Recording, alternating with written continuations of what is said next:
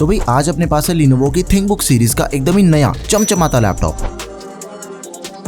और सच्ची में जब से Lenovo ने थिंकबुक लॉन्च करी है ना, मतलब आप लोगों ने तो भाई कमेंट सेक्शन ही भर दिया कि भाई इसका जल्दी से रिव्यू लेके आओ। एंड वैसे इसका रिव्यू करना बनता भी है, बिकॉज काफी देर से क्या हो रहा था कि बजट वाले प्रोफेशनल लैपटॉप का रिव्यू ही नहीं आया। सारे महंगे लैपटॉप से रिव्यू करे हैं मैंने, जैसे ये अपना लैपटॉप 31,000 का है। एंड इसके जो फीचर्स हैं, जो स्पेसिफिकेशन हमें इसके अंदर मिलती है, भाई इस बजट के आपको दूसरे किसी भी लैपटॉप के अंदर इतना कुछ मिलता ही नहीं है। आपको Ryzen का लेटेस्ट प्रोसेसर मिल रहा है 7000 सीरीज का, मिलिट्री ग्रेड ड्यूरेबिलिटी मिल रही है, रैम एंड स्टोरेज दोनों चीजें एक्सपेंडेबल है, और सबसे बढ़िया चीज है मेटल बॉडी वाला लैपटॉप। एंड इसके अलावा भी बहुत कुछ है। सबसे पहले लैपटॉप की मुंह दिखाई करते हैं। एक्चुअली लैपटॉप अपना डुअल टोन में है, बैक पे थोड़ा पोर्शन लाइट ग्रे है एंड नीचे वाला डार्क ग्रे है, और यहाँ पे बड़ा बड़ा सा लिखा हुआ थिंकबुक। बेसिकली डिजाइन के अंदर कुछ भी नया नहीं है, बिकॉज थिंकबुक सीरीज का यही डिजाइन आ रहा है शुरू से। एंड अपने लैपटॉप का जो फॉर्म फैक्टर है ना, वो बिल्कुल ही सेम है जैसा Lenovo की आइडियाबैट सीरीज के प्रोफेशनल लैपटॉप होते हैं। वैसे दिखने में एकदम ही कूल लगता है। साइड पे Lenovo की ब्रांडिंग है पीछे की तरफ, एंड सेम ब्रांडिंग हमें फ्रंट पे भी मिल जाती है। एक चीज इस लैपटॉप की बहुत स्पेशल है, that is the build quality. भाई चाहे लैपटॉप की बॉडी की बात करो, हिंजेस की बात करो, वैसे इसके अंदर हमें 180 डिग्री हिंज मिल जाती हैं, लेकिन एकदम ही सॉलिड एंड स्टर्डी है। मतलब कि कई सालों तक इसके हिंजेस को कुछ नहीं होने वाला। टॉप लिड मेटल की है एंड मिलिट्री ग्रेड ड्यूरेबिलिटी भी है इसके अंदर। इसका मतलब सिंपल है कि लैपटॉप की जो बिल्ड क्वालिटी है ना, उसे बढ़िया बनाने के लिए बहुत ही ज्यादा टेस्ट होते हैं, फिर जाके सर्टिफिकेशन मिलती है। कुल 11-12 टेस्ट होते हैं लैपटॉप पे,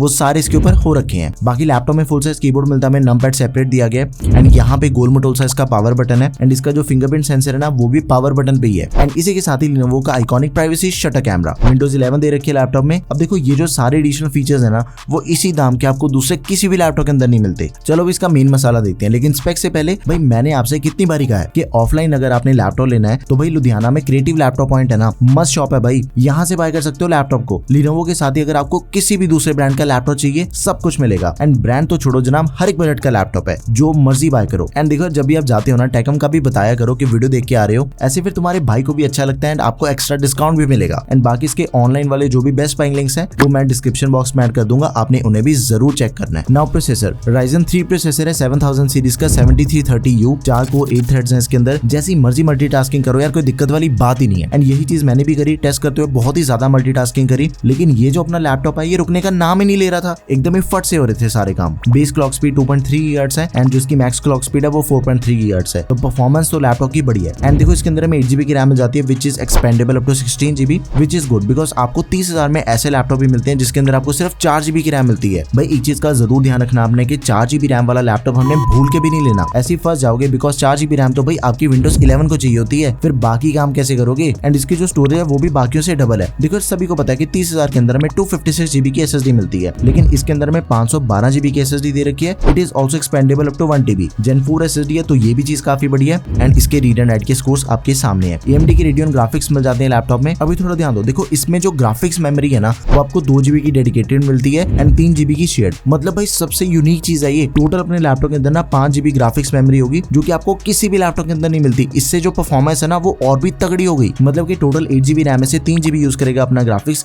एंड 2GB इसके पास अपनी खुद की मेमोरी पड़ी है। और इसके बाद लैपटॉप की दोनों तरफ हमें पोर्ट्स मिल जाती हैं, उन्हें हम आगे डिटेल के अंदर चेक करेंगे। अब एक चीज है, देखो 30,000 के बजट के अंदर डिस्प्ले साइज से भी बहुत ही ज्यादा मैटर करती है उसकी रेजोल्यूशन। जैसे मोस्ट ऑफ द लैपटॉप्स हमें HD रेजोल्यूशन के साथ मिलते हैं, लेकिन भाई इसमें एक तो देखो हमें फुल HD डिस्प्ले मिल रही है, एंड दूसरी चीज है कि एंटी ग्लेयर डिस्प्ले भी है। मतलब घंटों तक बैठ के आप काम कर सकते हो, कोई दिक्कत वाली बात ही नहीं है। 250 निट्स की ब्राइटनेस एंड 60 हर्ट्ज का रिफ्रेश रेट दिया गया। मुझे इसकी डिस्प्ले काफी बढ़िया लगी, कलर्स वगैरह ठीक है। ओवरऑल लैपटॉप चलाने का जो एक्सपीरियंस है ना, वो बिल्कुल ही ठीक है। अब देखो प्रोफेशनल लैपटॉप है, तो सबसे पहले मैंने इसके ऊपर बड़े बड़े कोड्स के साथ ही कोडिंग करी, एंड मैंने लैपटॉप पे सारे major compiler and coding software को चला के देखा। एकदम ही स्मूथ परफॉर्मेंस है, चाहे वो विजुअल स्टूडियो है, एंड्रॉइड स्टूडियो एंड टर्बो सी। मैंने ये बड़ा सा कोड भी रन करके देखा, एंड लैपटॉप एकदम ही स्मूथ चल रहा है। साथ में मल्टीटास्किंग भी हो रही थी, कोडिंग करते हुए मैं गाने भी सुन रहा था, एंड उसी के साथ ही क्रोम के मल्टीपल टैब्स भी ओपन थे, जिसमें यूट्यूब पे ट्यूटोरियल भी देख रहा था। विजुअल स्टूडियो में भी कोड किया, तो लैपटॉप अपना बिल्कुल भी लैग नहीं हुआ। अब देखो गेमिंग से पहले ना इसके नंबर्स देख लेते हैं। These are the benchmarks of this laptop. देख सकते हो कि काफी बढ़िया नंबर है, तो परफॉर्मेंस के अंदर हमें कोई दिक्कत आनी नहीं चाहिए। भाई अब चेक करते हैं गेमिंग।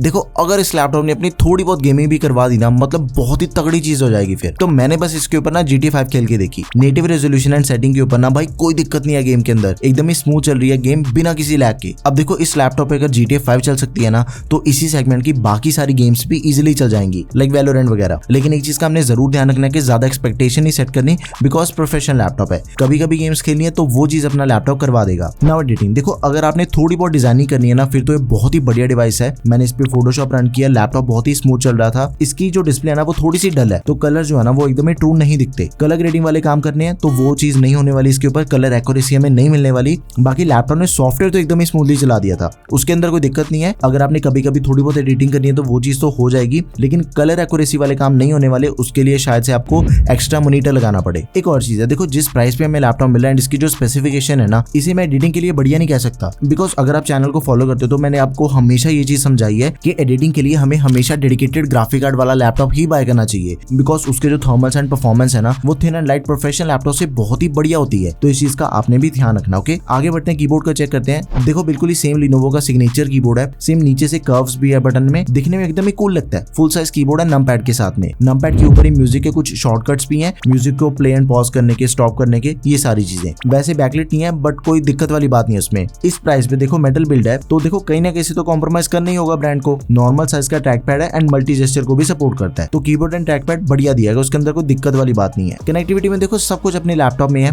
बल्कि एक स्टेप बढ़ गई है। लेफ्ट साइड पे एक USB 3.2 Gen 1 टाइप ए पोर्ट मिलती है, जो कि ऑलवेज ऑन वाली है, यानी कि अगर आपका लैपटॉप बंद भी है ना, तो अगर आप USB से किसी दूसरे डिवाइस को चार्ज भी करना चाहते हो तो वो चीज हो जाएगी, अगर आपने फोन चार्ज करना है। 2 USB 3.2 Gen 2 type C ports मिल जाती हैं, जो कि data transfer, display and charging इन तीनों को सपोर्ट करती है, यानी कि फुली फीचर्ड। भाई 31,000 में आपको ये सब कुछ मिल रहा है, ये कुछ छोटी बात नहीं है। उसके बाद HDMI 2.1 up to 4K 60 Hz 3.5mm combo, right side पे ईथरनेट पोर्ट है, USB 3.2 Gen 1 type A, SD card reader and देखो इसकी सिर्फ वायर्ड ही नहीं बल्कि वायरलेस कनेक्टिविटी भी इंप्रेसिव है। Wi-Fi 6 दिया गया Bluetooth 5.3 के साथ। ओवरऑल हर एक चीज हमें पहले से दे रखी है, तो यहाँ पे भी कोई दिक्कत वाली बात नहीं है। वैसे भाई स्पीकर्स देखो, 2 वॉट के 2 स्टीरियो स्पीकर्स मिल रहे हैं, डाउन फायरिंग है एंड इसमें भी आपको डॉल्बी ऑडियो की सपोर्ट मिल रही है। भाई आवाज एकदम ही लाजवाब है इसकी, उसमें कोई शक ही नहीं है। एंड बैटरी का कुछ ऐसा सीन है, देखो 45 वॉट आवर्स की बैटरी के साथ ही 65 वॉट का टाइप सी अडेप्टर है एंड उसी के साथ ही रैपिड फास्ट चार्जिंग प्रो की सपोर्ट मिलती है इसमें। फ्रॉम 0 to 50% इसकी जो बैटरी है ना, वो सिर्फ 30 मिनट के अंदर चार्ज हो जाती है। HD कैमरा एंड वो भी प्राइवेसी शटर के साथ आ रहा है एंड उसी के साथ ही माइक मिलते हैं।